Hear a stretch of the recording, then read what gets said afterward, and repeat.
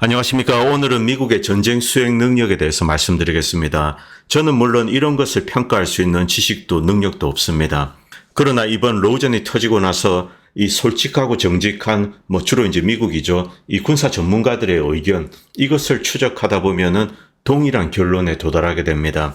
이런 것들을 뽑아서 여러분들에게 이제 좀 전달해 드리고 있습니다. 미국, 러시아, 중국과 지상전이 불가능하다. 미국 해병대를 불구로 만든 포스 디자인 2030. 미국의 전쟁 수행 능력에 대해서 명확한 지식을 가지고 있는 것이 필요합니다. 특히 대한민국에는요. 미국은 곳곳에서 엉뚱한 사고를 칩니다. 그런데 그 사고를 미국이 이제 나중에 해결할 수도 있지만 대부분의 경우는 그냥 방치를 하고 떠나게 되죠. 그리고 그 주변 지역은 초토화가 됩니다. 세계 곳곳에서 발견할 수 있습니다. 먼저 아프리카 소식을 전해드리겠습니다. 아프리카 니제르는 이제 니제르 안에 주둔하고 있는 미군 1000명에게 나가라라고 이제 요청을 했습니다. 그리고 미군은 거기에 동의했습니다. 일단 이 니제르 국민들이 기지 주변을 삥 둘러싸고 보급이 아예 올 수 없도록 차단을 했습니다. 식수도 없고 이런 상황에서 절망적인 상황이죠. 낙하산이 이 식수라든가 이런 것을 투하했다고 합니다. 그러다가 결국 이 니제르의 미군은 나가기로 했습니다. 여기에는 첨단 드론 기지가 있습니다. 미국은 이 기지를 짓는데 2억 불, 하나로는 한 2,700억 정도 됩니다. 거금을 들였죠. 그런데 눈물을 머금고 이제 나가야 됩니다. 그런데 오늘 바그너 그룹이 쓱 들어왔습니다. 바그너 그룹이 들어와서 야 너네들 안 나갔냐? 그리고 이제 이 비어있는 경납고 미국과 합의를 했겠죠. 그 경납고를 사용하고 있다고 합니다. 미국은 이제 이렇게 떠날 준비를 하고 있는 거죠. 자, 이 미국 그리고 프랑스는 아프리카 전역에서 쫓겨나고 있습니다. 물론 미국과 프랑스는 이를 갈고 있겠죠. 어떻게 해서든지 다시 아프리카로 들어오려고 하고 있습니다. 이 아프리카의 자원 약탈은 서구 미국과 서유럽의 이제 부의 원천이었습니다. 그런데 이 아프리카 대륙을 이 중국과 러시아에 빼앗기게 된다면 서구는 땅을 치게 됩니다. 나중에 어떤 다른 공작을 하고 또 다른 데서 전쟁을 일으켜서 들어올 수는 있습니다. 어쨌든 지금 니제르 기지에 바그너 그룹 병사들과 그리고 미군이 함께 있습니다. 참 아이러니한 상황이죠. 미군 1000명은 이제 곧 나가기로 했습니다. 자, 그리고 이스라엘에 이란이 미사일을 쏘았습니다. 드론을 쏘았죠. 이때 어떤 일이 벌어졌는가? 자, 처음에는 미국은 90몇 %를 요격했다, 85%다, 어쩌고저쩌고 이렇게 떠들었습니다. 그런데 예루살렘 포스트에서 어느 정도 진실이 나왔습니다. 미국의 대공 무기들, 미국이 패트리어트나 사드는 이용했는지 모르겠습니다만 주로 이제 패트리어트였죠. 이것을 이용해서 요격을 했는데 25%만 요격에 성공했다고 합니다. 이것도 주로 드론일 겁니다. 8발을 쏘면은 한두 발 정도, 이 정도가 맞는 거죠. 이것을 보고 이스라엘은 팩3는 다 빼겠다, 이렇게 발표했는지 모릅니다. 며칠 전입니다. 이틀 전에 이스라엘은 팩3는 다 빼겠다, 이렇게 선언을 했습니다. 팩3는 아마 우크라이나로 가지 않을까 그렇게 추정되고 있습니다. 자, 25%의 요격 성공률, 이것은 비참합니다. 그리고 이것은 제 개인적인 추측에는 대부분 드론일 거라고 생각합니다. 이란의 지대지 탄도미사일에는 미국의 팩3가 전혀 작동하지 않았을 겁니다. 자, 예루살렘 포스트에서 터뜨렸기 때문에 어느 정도 이제 믿을 수는 있습니다. 일단 미국 시스템은 실패했다는 겁니다. 그러나 예루살렘 포스트는 자국산 이스라엘제 이 대공 시스템은 저게 이제 드론이나 이런 것을 90% 요격했다, 이런 주장을 하고 있습니다. 드론은 요격하기가 쉽습니다. 특히 아이언돔은 드론 같은데 이제 그리고 로켓포 같은데 최적화되어 있습니다. 그러나 탄도미사일은 요격하지 못했습니다. 여기에 대해서 윌 슈라이버가 이제 이런 글을 달았습니다. 미국이 8발을 쏘았다는데 실제로는 그것보다 더 많이 쏘았을 거다. 이것이 첫 번째 예측. 두 번째는 미국 대공 시스템이 25% 정도 유효하게 이제 목표물을 타격했다. 이것이 거짓말일 가능성이 높다, 이런 주장을 하고 있습니다. 실제로는 제로에 가까울 것이다. 미국 대공 시스템의 무능, 비효율성 이런 것은 로전에서 다 증명이 되었습니다. 우크라이나에 설치한 팩3, 팩2 이런 것은 러시아 미사일을 거의 요격하지 못했습니다. 그래서 제로의 가능성이 높다, 25%도 되지 않을 거다, 이렇게 이제 예측하고 있습니다.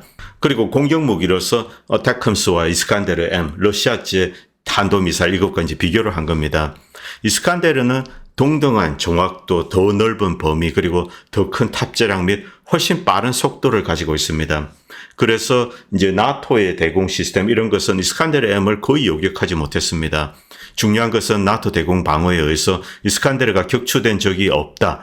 반면 지금까지 증거에 따르면은 러시아는 키네릭 타격, 동적 타격이죠. 그리고 전자전 이것을 이용해서 어태컴스 90% 이상을 이제 요격했다. 자기는 이제 이렇게 보고 있다는 겁니다. 결국 이스칸데르 M과 어태컴스 큰 차이가 있는 거죠. 미사일로서도 큰 차이가 있습니다. 제가 지난 방송에도 말씀드렸지만 어태컴스는 우크라이나가 가지고 있던 토치카 여기에 비해서 성능이 떨어지는 겁니다. 러시아의 대공 시스템이 우수하기 때문에 토치카든 어태컴스든 이런 것을 이제 요격할 수 있는 거죠. 그리고 미국은 아시아에서 계속 전쟁을 준비하고 있습니다. 특히 최근에 부각된 곳이 필리핀입니다. 미국과 마르코스 대통령 사이에 어떤 딜이 있는지 그런 것은 모르겠습니다. 이 과거에 두테르테죠. 두테르테와 시진핑 사이에는 딜이 있었다고 합니다. 그것은 나중에 두테르테가 실토를 했습니다. 두테르테 전 필리핀 대통령은 최근에 기자회견에서 시진핑과 딜을 했다. 솔직하게 이야기를 했습니다. 파라셀군도 남사군도 이쪽에 민감한 지역이기 때문에 우리가 여기에서 어떤 군사적인 행동을 한다든가 반대로 이제 중국에서 군사적인 행동을 한다든가 상호 간에 이것을 하지 말자. 일단 잠정적으로는 내버려 두자는 겁니다. 중국은 이것은 자기 땅에 이런 주장을 하고 있고 필리핀은 거긴 내 땅이야 이런 주장을 하고 있죠. 그런데 실제 물리적으로 대응을 하지 않는다. 이런 협의를 봤다고 합니다. 그런데 마르코스가 등장하고 나서 여러분들도 뉴스에서 보셨겠지만 과거에 이렇게 이제 침몰한 배가 한 척 이렇게 수면 위에 있습니다. 거기에 필리핀군이 상주하려고 하고 이러면서 이제 지금 충돌이 벌어지고 있는데 미국은 이때를 놓치지 않고 와가지고 이제 필리핀에 펌프질을 하고 있습니다. 그래서 해군 훈련을 해야 된다. 미국은 구람 38척을 동원하고 실제로는 이 정도 되지 않습니다. 그런데 언론에서는 이렇게 보도되고 있죠. 그리고 양궁 17,000명. 필리핀 병사가 이제 압도적으로 많죠. 미군은 이제 그렇게 많지 않습니다. 어쨌든 필리핀과 합동 해상 훈련을 하고 있습니다. 이 미국은 필리핀 이 기회를 놓치지 않고 여기서 중국과 전쟁을 한번 일으켜야 되겠다. 미국이 직접 나서서 싸우는 게 아닙니다. 필리핀과 중국 사이에 대리전이 붙으면은 미국에서 이제 전쟁 물자라든가 이런 것을 지원해서 중국군을 타격하는 거죠. 미군의 희생 없이. 이것이 미국이 노리는 겁니다. 우크라이나랑 똑같습니다. 그리고 최근에 그루지아, 조지아에서 어떤 작업을 하고 있습니다. 이 내용은 제가 다음 방송에 좀 말씀드리도록 하겠습니다. 조지아 시위 관련된 건요. 자, 이렇게 이제 이 필리핀이 여기 있고 미 군함들, 함정들이 이렇게 배치되어 있습니다. 현재 이곳에서 합동 해상 훈련을 하고 있습니다. 그런데 대체로 필리핀 군들이 상륙을 하고 이런 것이 메인이고 그리고 이제 미 해군은 이들을 엄호하고 지원하고 이런 겁니다. 아직까지 심각한 물리적인 충돌은 있는 것은 아닌데 중국 역시 여기에 이제 대응할 준비를 하고 있습니다. 지금까지는 해상 경비정을 보내서 이렇게 물리적으로 밀어내고 이런 일을 하고 있습니다만 만약에 여기에 이제 군인들이 들어오게 된다. 이때는 좀 문제가 달라지는 거죠. 중국과 필리핀 사이에 충돌이 있을 수도 있습니다. 그리고 3개월 전에 올라온 이 기사를 잠깐 보도록 하겠습니다. 최근 미국 언론을 보면은 미국의 군사적인 대비태세, 여기에 심각한 문제가 있다. 이런 것을 솔직하게 실토하는 기사들이 계속 올라오고 있습니다. 이번 러우전을 통해서 미군이 안고 있는 문제, 이것이 총체적으로 드러났죠. 우크라이나에는 미국이 직접 대응을 할 수가 없습니다. 미국이 살기 위해서 미군 병사의 희생을 막기 위해서 대리전을 한다. 이런 요인도 있습니다만 러시아를 상대로 미국이 지상전을 수행할 수 없다. 이것을 이제 미국이 알고 있기 때문에 제대로 대응을 하지 못하고 선전전만 하고 있는 겁니다. 만약 미국이 진짜 이제 이 우크라이나에서 러시아군에 대해서 대응을 하면 어떤 결과가 야기될까? 전멸입니다. 전멸. 지상군으로 대륙전으로 했을 경우 우크라이나군과 똑같은 비율로 희생이 된다는 뜻입니다. 먼저 해군에 대해서 이야기를 드리겠습니다. 미 해군은 한 75척 정도가 항상 이제 작전에 투입될 수 있어야 됩니다. 그런데 현재 가동 가능한 것은 50척 미만이라고 합니다. 반대로 중국은 조만간에 한 120척으로 늘어나게 됩니다. 물론 함정 배수량 이런 것을 다 따져야 되지만은 지금 중국은 최신형 구축함을 이렇게 두부처럼 찍어내고 있습니다. 미국은 반대로 이 배를 만드는데 4, 5년씩 이렇게 딜레이 되고 있습니다. 그것을 단축하고 싶어도 지금 현재 이 서플라이 체인이 그것을 떠받쳐주지 못하고 있기 때문에 할 수가 없는 거죠. 계속 늘어나고 있습니다.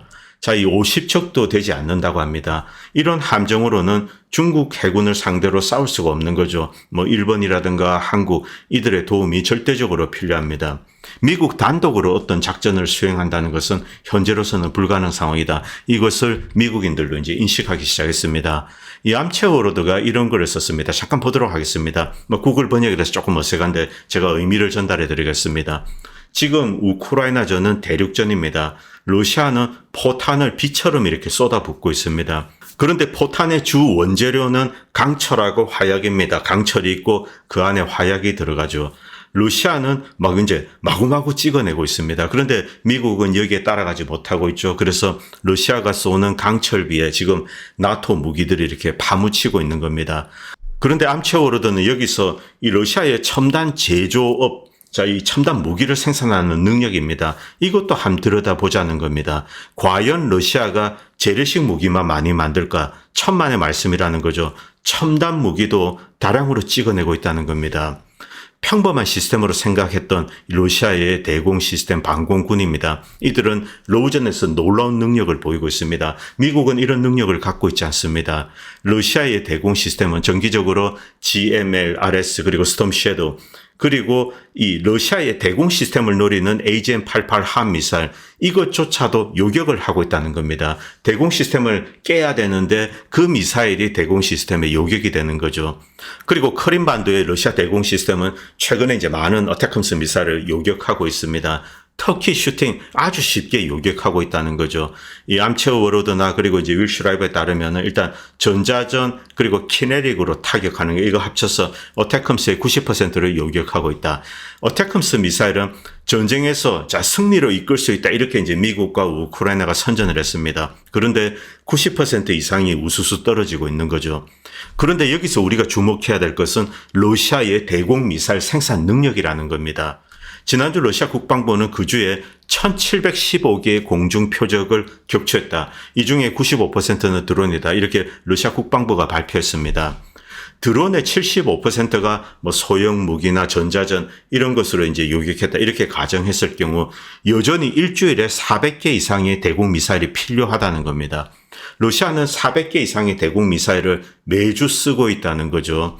2년 넘게 이 일을 해왔습니다. 놀라운 일입니다. 그들의 방공 재고가 스트레스를 받았다는 징후는 어디에도 없다.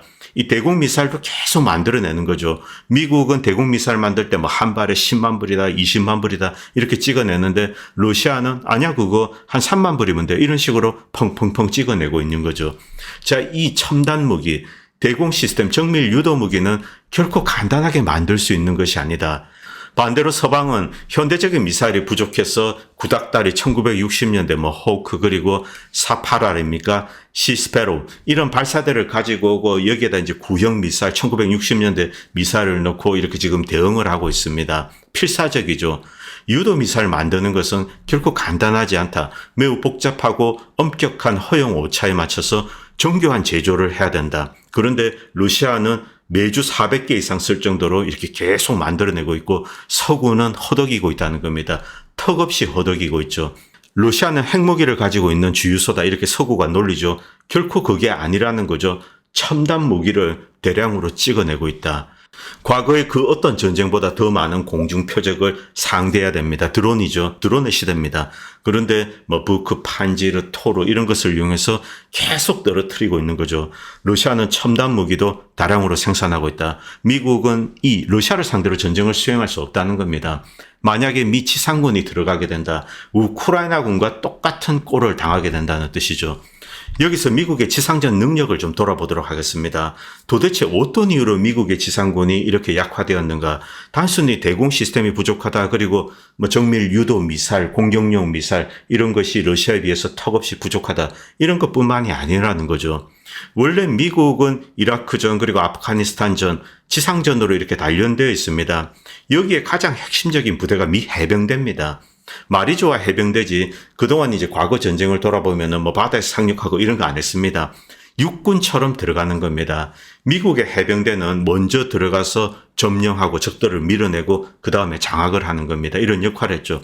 그 다음에 미국의 이제 지상군 육군이 들어와서 이렇게 부대를 지키고 있고 이 정도입니다. 지난 10여 년 동안 미 육군의 전력, 좀 당나라 부대라고는 부르긴 힘들지만 과거에 비해서 그 명성에 비해서는 굉장히 약화되어 있습니다.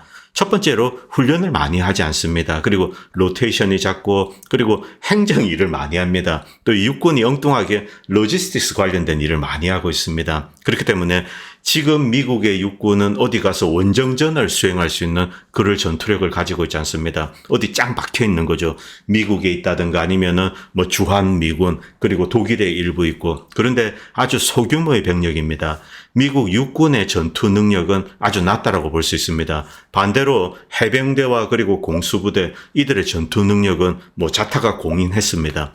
그런데 지금 어떻게 되었는가 이것이 우리의 관심사죠. 일단 여기서 공수부대는 빼도록 하겠습니다. 공수부대는 기본적으로 강한 나라를 상대로 전쟁을 수행할 수 있는 부대가 아닙니다. 특수전 부대죠. 자, 어디 침투해서 임무를 완수하고 빨리 빠져나오는 겁니다. 라이트 인펀트리죠. 그리고 그들은 이 중화기를 가지고 있지 않습니다. 대부분 개인 소화기를 이용해서 작전을 수행하죠. 뭐 그들을 이동시키고 그리고 그들에게 공중 지원을 하고 이런 것은 있습니다만 기본적으로 공수부대는 제대로 된 육군이 있는 나라들, 대한민국이라든가 터키 그리고 러시아, 중국 이들을 상대로서 지상전을 수행할 수 없습니다. 일단 이들은 빼겠습니다. 그리고 바로 남는 부대가 해병대입니다. 해병대는 과거에 아프간 전쟁, 이라크 전쟁 때 강한 이제 육군을 상대할 수 있는 그런 전력을 가지고 있었습니다. 그런데 지금은 불구가 된 거죠. 그런데 여기에 결정적인 기여를 한 것은 이 해병대 개혁 프로그램 때문입니다. 그것을 좀 말씀드리겠습니다. 지난 10년 동안 미 해군은 에이브럼스 탱크 그리고 뭐 M777으로 대변되는 곡사포 뭐 이런 것을 다 버렸습니다. 일종의 라이트 인펀트리로 변한 거죠. 그 다음에 이들을 수송할 수 있는 차량들 그리고 헬기 뭐 이런 데 이제 투자를 한 겁니다. 그래서 과거에 이 지상군, 육군으로서 했던 역할, 그것을 더 이상 수행할 수 없게 되었습니다. 그렇게 된 지 몇 년 되었습니다. 그렇기 때문에 이 미국의 에이브럼스 전차가 대부분 이렇게 유지보수가 되지 않고 이렇게 깡통처럼 처박혀 있는 겁니다. 육군이 있지만은 훈련을 제대로 하지 않습니다. 가져오려고 했는데 당장 가동 가능한 탱크가 없는 거죠. 미국은 더 이상 이제 지상전을 수행하지 않을 것 같다 이런 생각을 했던 것 같습니다. 잠깐 내용을 보도록 하겠습니다. 미 해병대는 더 작고 가벼운 부대를 만들기 위해서 탱크와 대부분의 포병을 제거했다. 이 기사는 2020년입니다. 그런데 실제로 이 프로그램이 진행된 것은 2016년 이때경부터입니다. 해병대는 결국 바다에서 놀기 때문에 중국을 상대로 한 전쟁을 해야 된다. 혹은 뭐 발틱해라든가 이렇게 러시아를 상대하더라도 그 해안가 이런 데서 이제 싸워야 된다. 이런 생각을 가지고 있었던 거죠. 그래서 뭐 과거에 뭐 대규모의 지상군을 몰고 가서 어디를 점령하고 이런 것은 더 이상 힘들다. 일단 미국은 긴 전쟁에 지쳤습니다. 그리고 미국 국민들도 더 이상 이 노름, 네오콘의 노름에 속지 않습니다. 미국은 아프가니스탄, 이라크 그리고 뭐 리비아 침공, 시리아 이런 것 때문에 엄청난 재정적인 데미지를 입었습니다. 그것을 잘 알기 때문에 이런 시기에 지상군을 이용한 침략 이것은 불가능하다. 그런데 앞으로 이제 미국이 상대해야 될 주적은 중국입니다. 중국을 상대로 해병대를 재편하자 이렇게 나선 겁니다. 미 해병대는 잠재적인 분쟁에서 중국과 더 잘 싸우기 위해서 조직을 개편했다. 지난 100년 동안 보유해온 능력들, 전차부대, 그리고 포병, 이런 것을 싹 제거해버렸습니다. 그리고 해병대가 이 전투기를 가지고 있는데 이런 것도 이제 좀 제거를 해버렸습니다. 대수를 줄였습니다. 공군에 맡기는 거죠. 그 대신 해군은 장거리 로켓, 뭐 태컴스든 하이마스 미사일이든 이런 것으로 무장을 하고 그리고 대한 미사일을 가지고 바다를 상대하겠다. 특히 섬을 이용하자는 겁니다. 밑에 잠깐 보도록 하겠습니다. 뭐 여기 강습 상륙함이 와서 상륙 훈련하고 그다음에 상륙한 다음에 무기를 옮깁니다. 어떤 섬을 점령하면은 그다음에 거기에 하이마스라든가 이동식 어떤 유도 무기를 설치하는 거죠. 뭐 과거처럼 M777 포를 설치하고 이런 게 아니라는 거죠. 이 M777 쏴봐야 40몇 킬로밖에 안 날아갑니다. 그런데 하이마스는 이동하면서 로켓포를 쏘기 때문에 뭐 70km, 150km, 어태컴스 넣으면은 또 300km 이 정도 타격할 수 있는 거죠. 이 어태컴스가 미국이 이제 집중하는 이유는 어태컴스에 이제 집속탄 이런 것을 집어넣고 자, 섬에 있습니다. 하이마스에 어태컴스를 실죠. 근처에 이제 중국 함정이 접근합니다. 한 300km 안에 접근합니다. 이때 어태컴스 집속탄을 쏩니다. 어태컴스가 날아가다가 공중에서 집속탄을 확 퍼뜨리게 될 겁니다. 이때 파편들이 중국 함정을 때리면서 중국 함정이 이제 기능 불능에 빠진다. 자, 이것이 이제 미국의 아이디어입니다. 일단 이론적으로는 맞습니다. 그리고 거기다가 대한 미사일까지 섞어서 쏘게 되면은 중국 함정을 침몰시킬 수 있죠. 기본적으로 미국 해병대는 섬을 점령하고 그 다음에 방어한다. 이런 라직으로 이제 바뀌었다는 겁니다. 그렇기 때문에 에이브럼스 전차나 M777 견인 곡사포 이런 게 필요가 없다는 겁니다. 어차피 한 100km 이상의 중국 함정을 상대해야 된다. 자, 결국 해병대는 원래의 개념 바다로 돌아온 겁니다. 그렇기 때문에 이제 미국은 쓸데없는 것들, 탱크 이런 것을 다 버렸습니다. 자, 이렇게 뭐 상륙 훈련을 하고 있습니다. 미 해병대는 다음에 대규모 전쟁을 준비하기 위해서 이제 중국입니다. 자, 바다에서 싸워야 되는 것, 대만, 그리고 일본, 그리고 필리핀도 마찬가지입니다. 그리고 베트남도 바다에서 싸울 수 있죠. 베트남에 만약에 미국의 하이마스가 배치가 된다. 중국 함정이 접근했을 때 한 300km 정도 어태컴스도 날리고 또 대한미사일도 이렇게 믹싱해서 쏘는 겁니다. 이러면은 중국 함정을 격침할 수 있다. 이런 생각을 가지고 있었던 거죠. 미 해병대는 더 빠르고 더 민첩하게 더 치명적인 무기 체계를 갖추기 위해서 수십 년 만에 최대 규모의 개편을 했다. 이것은 작년 기사입니다. 2023년 7월 7일. 이때까지도 미국은 이 계획을 바꾸지 않았습니다. 다음 전쟁은 이라크나 아프가니스탄처럼 지상군을 이용해서 대륙전을 한다 이런 것이 아니라는 거죠. 결국 바다로 온다. 바로 이 프로그램 이름이 Force Design 2030입니다. 2030년이 되면은 해병대는 바다를 상대하는 그런 군대로 이제 거듭난다는 거죠. 지상전을 할 수 있는 능력을 거세시켜버리는 겁니다. 과거에는 미 해병대는 미국 육군과 이제 기능이 비슷했었습니다. 그런데 이제는 그것을 바꾸겠다 이렇게 이야기를 하고 있는 거죠. 결국 미래 해병대는 이런 모습입니다. 대만에서 지금 군사훈련을 하고 있는데 대만 군대를 훈련시키는 군인들 여기에 공수부대가 있는 게 아닙니다. 바로 해병대원들이 대만 군인들을 훈련시키고 있습니다. 자, 어떻게 하면은 이제 중국의 전차를 타격할 수 있는가? 제벌린이죠. 자, 이런 것을 훈련시키고 있습니다. 게릴라전, 그리고 하이마스를 지금 대만에 배치하려고 하는데 아직까지 제대로 공급하고 있지 못하고 있습니다. 이 우크라이나 전 때문이죠. 결국 미국 해병대도 라이트 인펀트리로 바뀌고 대신에 정밀 유도 무기, 하이마스나 이런 것으로 무장을 하는 겁니다. 결국 해병대는 해안 지역 그리고 도서 지역입니다. 섬입니다. 연안. 이런 곳에서 러시아나 중국을 상대하겠다. 러시아 같은 경우는 발티케. 자, 여기서 이제 러시아 함정을 육지에서 하이마스 같은 것으로 공격한다. 이런 컨셉을 가지고 있었죠. 자, 그리고 Force Design 2030을 계속 수행해 왔습니다. 해병대에서 가장 중요한 무기는 무엇이 될까? 바로 하이마스 로켓 발사기라는 거죠. 빠르게 이동하고 장거리로 타격할 수 있는 로켓포, 미사일을 넣는 겁니다. 어태컴스든 하이마스 로켓포든 이런 것으로 중국 함정, 중국에 상륙하는 함정 이런 것들을 저격하는 겁니다. 그래서 해병대는 자신들이 가지고 있는 450대 이상의 전차, 탱크 이것을 다 이제 육군에 넘겼습니다. 그런데 육군은 그것을 받지 않았습니다. 그대로 창고로 갔습니다. 지금 창고에서 녹이 슬고 있습니다. 그렇기 때문에 로우전이 터졌을 때 미국은 에이브럼스 전차를 1년 반이 지났어야 겨우 공급을 한 겁니다. 제대로 이제 유지보수가 되지 않았죠. 그리고 중형 교량 장비도 이제 확보했다. 주로 이제 바다나 섬에서 놀겠다는 거죠. 그리고 M777 곡사포 이것도 우크라이나 다 줬습니다. 한 170문 정도 가지고 있는데 이거 전부 다 줬습니다. 이제 필요 없다. 해병대는 그런 거 가지고 놀지 않는다. 그리고 해병대가 가지고 있는 F-35B와 F-35C도 이제 이렇게 감축하는 겁니다. 이런 플랜을 지금까지 계속 수행하고 있습니다. 결국 미 해병대는 중국을 상대로 전쟁 연습을 하고 훈련을 하고 있다는 뜻입니다. 구조 계획됐습니다. 자, 하이마스. 여기서 한 150km 그리고 이제 한 300km 타격할 수 있는 로켓포 미사일을 넣고 중국을 견제한다. 중국은 곳곳에 인공섬을 지었습니다. 미국은 이런 섬들을 파괴하는 것이 그렇게 어렵지 않습니다. 잠수함을 이용해서 토마호크 미사일을 한 섬당 한 40-50발씩 뿌려버리면 활주로고 이런 거 쉽게 파괴되죠. 이런 것을 타격하는 것은 아주 쉽습니다. 더글라스 맥그레거 대령이든 다른 군사 전문가들도 중국이 여기에 군사기지를 아직까지는 무기를 갖다 두지 않은 섬도 많다고 하지만은 지어봐야 별 효과가 없다는 거죠.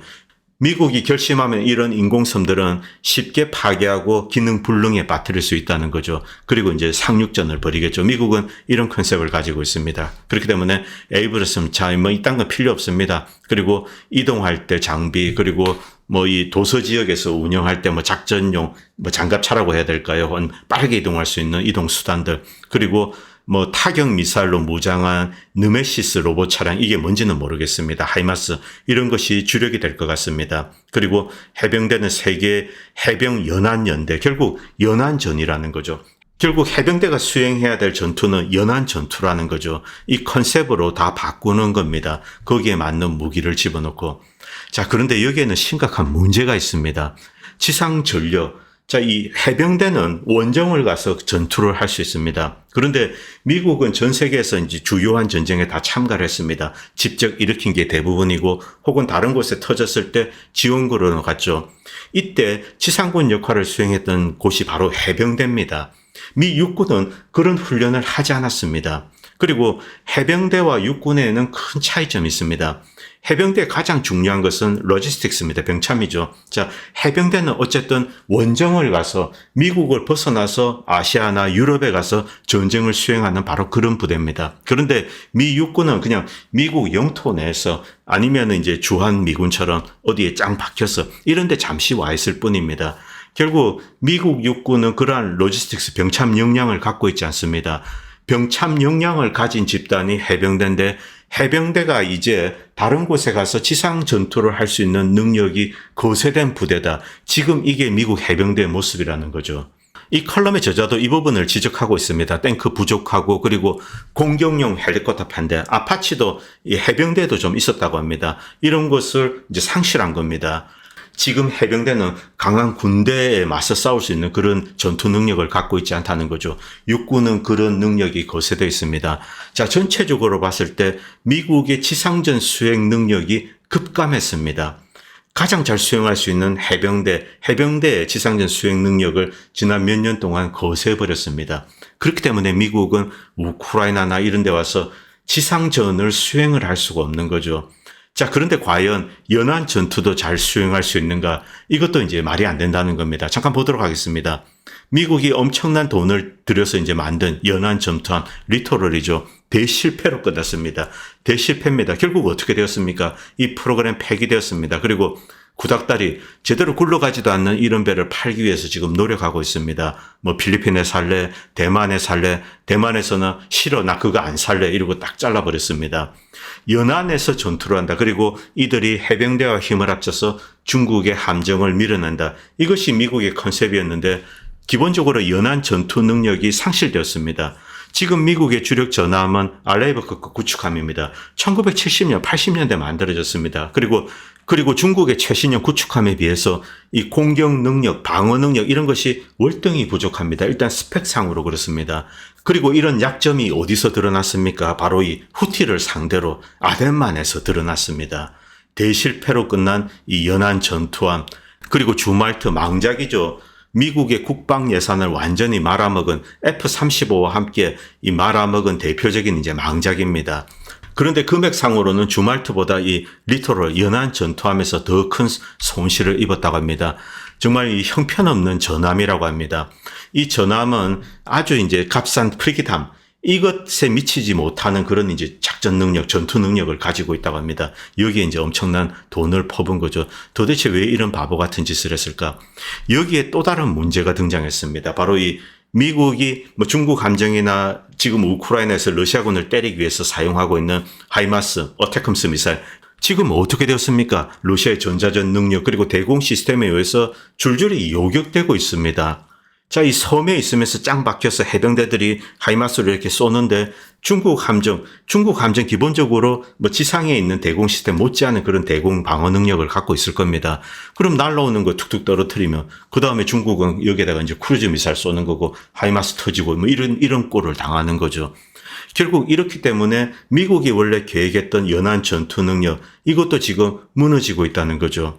이번에 우크라이나전을 통해서 미국은 엄청나게 많은 문제를 안고 있다. 이것이 미군에게도 드러났고 그리고 전 세계에도 드러났습니다. 반대로 러시아는 강력한 전자전 대공 시스템 그리고 미사일 공격 능력을 갖고 있습니다. 그리고 중국 역시 러시아를 이제 추적하고 있습니다. 미사일 공격 능력, 대공 시스템 어느 정도인지 그건 모르겠습니다. 중국의 최신형 무기의 성능 이것은 우리가 알 수 없죠. 이런 상황이기 때문에 미국은 연안 전투 능력도 떨어지고 그다음에 해병대도 지상전을 수행할 수 있는 그런 강력한 능력 이것을 거세해버려 가지고 지금 추락했습니다. 자, 이런 상황에서 과연 대만이라든가 그리고 우크라이나 이런 곳에서 미국이 직접 러시아군을 상대로 중국군을 상대로 전투를 수행할 수 있을까? 없다라고 이 전문가들은 이야기를 하는 거죠. 상당히 심각한 문제입니다. 그런데 이런 시기에 미국은 곳곳에서 불장난을 하고 있습니다. 조지아, 그루지아죠. 그리고 필리핀, 타이완 이런 곳에서 불장난을 하고 있고 전쟁의 씨앗을 이렇게 이제 뿌리고 있습니다. 그러나 미국의 현실적인 전투 능력은 이렇게 급감했습니다. 상황이 이렇기 때문에 한국은 경거망동해서는 안 됩니다. 오늘 방송은 여기까지 하겠습니다. 감사합니다. 안녕하십니까. 본 채널은 유튜버 수익 창출 정지로 광고나 멤버십 없이 시청자님들의 후원으로만 유지됩니다. 여러분의 성원은 작은 목소리에 큰 힘이 됩니다. 감사합니다.